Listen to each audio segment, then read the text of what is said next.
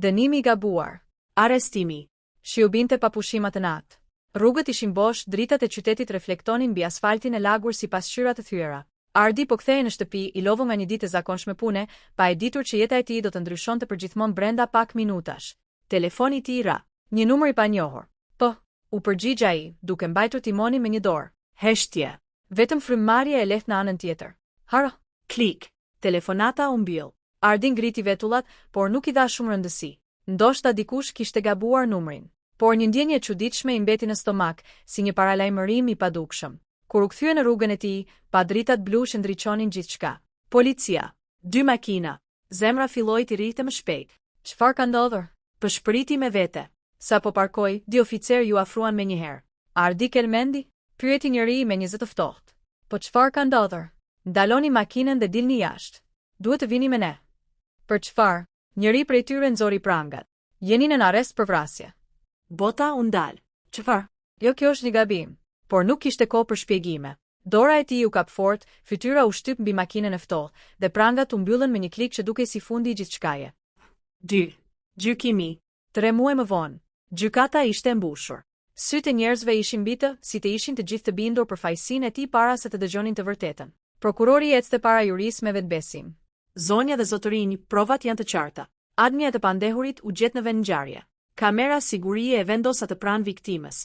Dhe motivi? Një konflikt i vjetër financiar. Ardi shtrëngoi grushtat. Është gënje shtërt për shpëriti. Avokati i tij u ngrit. Klienti im është i pafajshëm. Provat janë të manipuluara. Ka mos përputhje të qarta. Por askush nuk dukej se dëgjonte. Një video u shfash në ekran. Një burr që dukej si Ardi duke hyrë në ndërtesën ku ndodhi vrasja. Turma filloi të murmurisë. Jo, nuk jam unë, zëri i tij u drodh. Por edhe vetë ai filloi të dyshonte për një moment. Ngjashmëria ishte frikshme. Gjykatësi ngriti dorën për qetësi. Juria do të tërhiqet për vendim. Orët kaluan si vite. Kur u kthyen, fytyrat e tyre ishin të ftohta. E shpallim të pandehurin fajtor. Fjala goditi si një çekiç mbi shpirtin e tij. Jo, Ardi u ngrit në këmbë. Jam i pafajshëm. Dikush po më fut në kurth. Por askush nuk reagoi. Dënimi, 25 vite burg. Në atë moment, ai pa diçka që ngriju gjakun. Në fund të sallës, një burr qëndronte në këmbë duke buzëqeshur lehtë. Ardi nuk e njihte, por ai burr e njihte atë. 3. Durgu. Porta e hekur u mbill me një zhurmë të rëndë. Mirë se erdhe në ferë. Tha roja me një buzëqeshje të thatë. Ardi hiri brenda. Era e rënd, zhurmat, britmat e largëta, gjithçka ishte ndryshe. Çdo hap që bënte duke sikur e largonte më shumë nga jeta që kishte pasur. Të burgosurit e shikonin. Disa me përçmim, disa me kuriozitet, disa me uri. Shiko kush erdhi ti riu. Dëgjoj një zë nga pas. Ardi nuk reagoi. Mos u shqetëso, tha një tjetër duke qeshur, do mësohe shpejt. Ai u dërgua në qelinë e tij. Numri 17. Një dhomë e vogël, një shtrat metalik, një lavaman i ndryshkur, dhe një tjetër njeri, një burr rreth të 50-tave me sy të qetë por të thellë. Ari, tha ai duke zgjatur dorën. Mos ki frikë. Të gjithë kalojmë nëpër këtë fazë. Ardi nuk ja shtrëngoi dorën. Jam i pafajshëm. Ari buzëqeshi lehtë. Të gjithë jemi. Heshtje. Natën e parë, Ardi nuk flinte dot. Çdo zhurmë e bënte të dridhej. Çdo hap në korridor duke si kërcënim. Pastaj, një tingu i lehtë. Një trokitje. Nga muri. Ai u ngrit ngadalë. Trokitje përsëri. 3 herë. Pauzë. 2 herë. Çfarë është kjo? Pëshpëriti. Ari u kthye nga ana tjetër. Mos u merr me to, tha pa e parë. Disa gjëra këtu është më mirë t'i injorosh. Por Ardi nuk mundi. Ai ju afrua murit. Vendosi veshin. Dhe pastaj, një zë, i dobët, i pëshpëritur. Po të shikon. Ardi u stet. Çfarë? Ai që të futi këtu. Zemra filloi të rrihte fort. Kush je ti? Heshtje. Pastaj një trokitje e fundit. Një, dhe asgjë. Ardi u kthye ngadalë nga qelia. Ari po e shikonte, drejt në sy. Dhe për herë të parë, ai nuk dukemi i qetë. Çfarë tha? Pyeti me një zë të ulët. Ardi hezitoi. Tha që dikush po më shikon. Ari nuk foli, vetëm uli syt. Dhe pëshpëriti. Po është e vërtet. Dënimi i gabuar. 1. Syri që nuk fle. Ardi nuk fjeti gjithë natën. Fjalët e atij zëri si leshin në kokë si një jehon e mallkuar. Po të shikon, çdo lëvizje që bënte, çdo frymëmarrje duke sikur dikush e ndiqte nga errësira. Ai u ngrit ngadalë nga shtrati dhe pa përreth qelisë. Asgjë, por ndjenja nuk zhdukej. Ai ngriti kokën. Dhe aty në cepin e sipërm të qelisë, një kamerë e vogël, e fshehur pothuajse perfekt. Zemra i ra fort. Sigurisht, pëshpëriti. Jam për siguri. Por diçka nuk përputhej. Kamera nuk ishte si të tjera që kishte parë në korridore. Kjo ishte më e vogël, më diskrete, si për të fshehur diçka. Ai u kthye nga Ari. E di për këtë? Ari nuk u përgjigj me njëherë.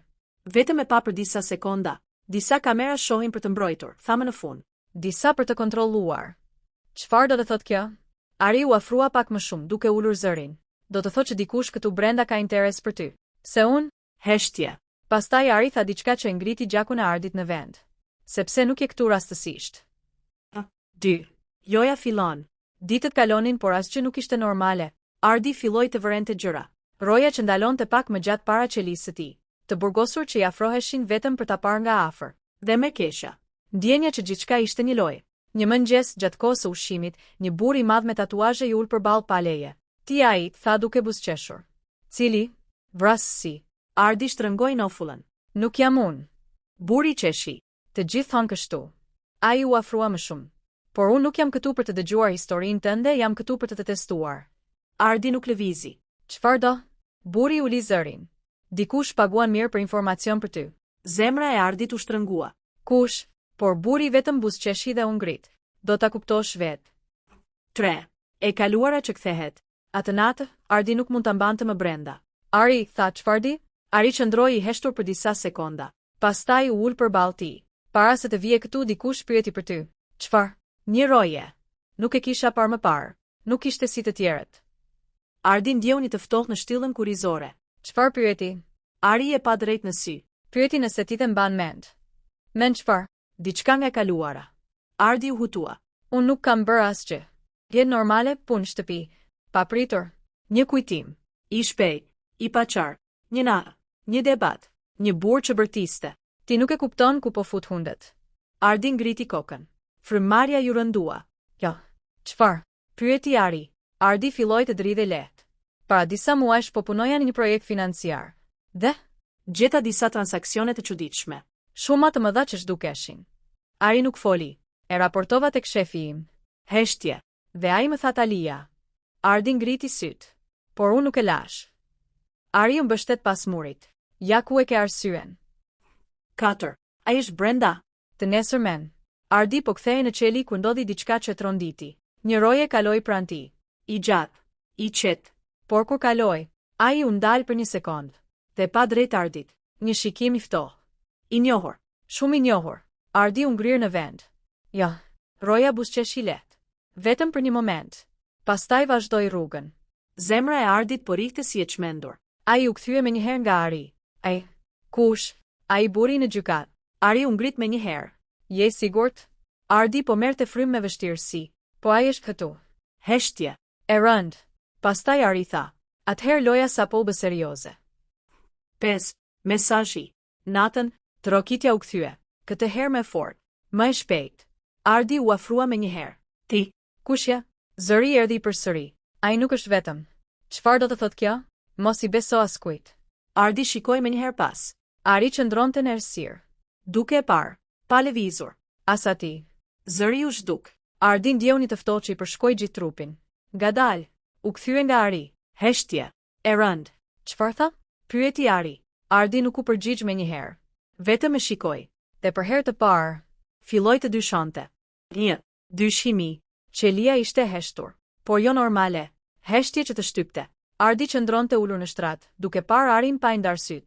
Fjalët e zërit në mor po i gërryenin mendjen. Mos i beso askujt as atij. Ari e ndjeu. Pse po më shikon kështu? Pyeti me një buzëqeshje të lehtë. Ardi nuk u përgjigj me njëherë. Sa kohë ke këtu? Pyeti papritur. Ari ngriti vetullat. Mjaftueshëm. Sa? 15 vite. Ardi u mbështet pas murit. Dhe asnjëherë nuk dole? Jo. Se? Ari nuk foli për disa sekonda. Pastaj tha, sepse disa njerëz nuk duan që unë të dal. Fjalët i ngëllonin shumë të ngjashme, shumë të njohura. Ardi u afrua pak më shumë. Si unë? Heshtje. Ari e pa drejt në sy. Po. Një ndjesje e çuditshme i kaloi Ardit në trup. Jo frikë, por një lidhje, si të kishte diçka që nuk po kuptonte ende. 2. Sulmi. Të nesërmen gjithçka shpërtheu. Në obor, një shtytje, një britmë. Dhe papritur. Grushta, i njëjti burr me tatuazhe. Po të thash që do të testoj. Bërtiti ai duke goditur. Ardi u rrëzua në tokë. Goditjet vinin njëra pas tjetrës. Askush nuk ndërhynte. Rojet vetëm shikonin, si të prisnin diçka. Ardi mbuloi kokën, po një goditje forte la pa frym. Pastaj, një zë. Ndalo. Ari. Ai u hodh mbi burin dhe shtyu fort. Gjëre. Të dy u përplasën në tokë. Keos. Rojet më në fund ndërhyn, por ishte shumë vonë. Ardi qëndronte në tokë, duke marrë frymë me vështirësi. Gjaku i rrithte nga buzët, por syt i kishte hapur. Dhe po shikonte. Rojet. Ata nuk dukeshin të shqetësuar, dukeshin të kënaqur. 3. E vërteta e parë. Në infermieri, Ardi qëndronte i shtrirë. Ari ishte ulur pranë tij. Se bëre? Pyeti Ardi me zë të dobët. Ari nuk u përgjigj menjëherë, sepse nuk ishte një test. Çfarë ishte? Ari u përkul pak më afër. Ishte një mesazh. Ardi shtrëngoi syt. Për ty. Heshtje. Dikush do që të thyhesh. Ardi qeshi lehtë me dhimbje. Po bëj një punë të mirë. Ari tunte kokën. Jo. Ata duan më shumë. Çfarë? Ari e pa drejt në sy. Duan që ti të kujtosh. 4. Kujtimi i humbur. Natën Ardi nuk flinte. Dhimbja në trup ishte asgjë krahasuar me atë që ndjente në kokë. Kujtimi. Ai debat. Ai burr. Papritur. Ju kthye. Miqar. Zyra. Kompjuteri. Dosje financiare. Dhe një emër. Ardi u ngrit menjëherë. Jo, nuk është e mundur. Çfarë ndodhi? Pyeti Ari. Ardi po merrte frym shpejt. E pash. Çfarë? Ardi e pa me sy të zgjeruar. Emrin e tij. Heshtje. Burri që vra. Ari u ngrir. Po. Ardi gërtiti me vështirësi. Ai nuk ishte viktima. Ai ishte pjesë e skemës. Heshtja e rënë mbushi qelin. Dhe unë, vazhdoi Ardi, zëri duke dridhur. Unë zbulova. 5. Zbulimi i madh. Trokitja erdhi përsëri, me e fortë se kur. Ardi u afrua menjëherë. E di të vërtetën. Pëshpëriti. Heshtje. Pastaj zëri. Atëherë je në rrezik. Ti kushja? Një pauzë gjatë. Pastaj, jam arsyeja pse je ende gjarë. Ardi u ngrir. Çfarë? Ai donte të vriste. Zemra ju ndal për një moment, por unë ndalova.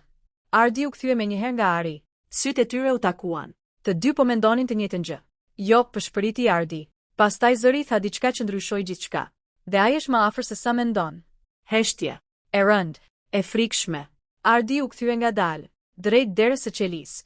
Hapi rënd i dikujt u dëgjua në korridor. Ai u ndal, pikërisht para qelisë së tyre. Qelsi u fut në bradh. Klik. Dera u hap ngadalë.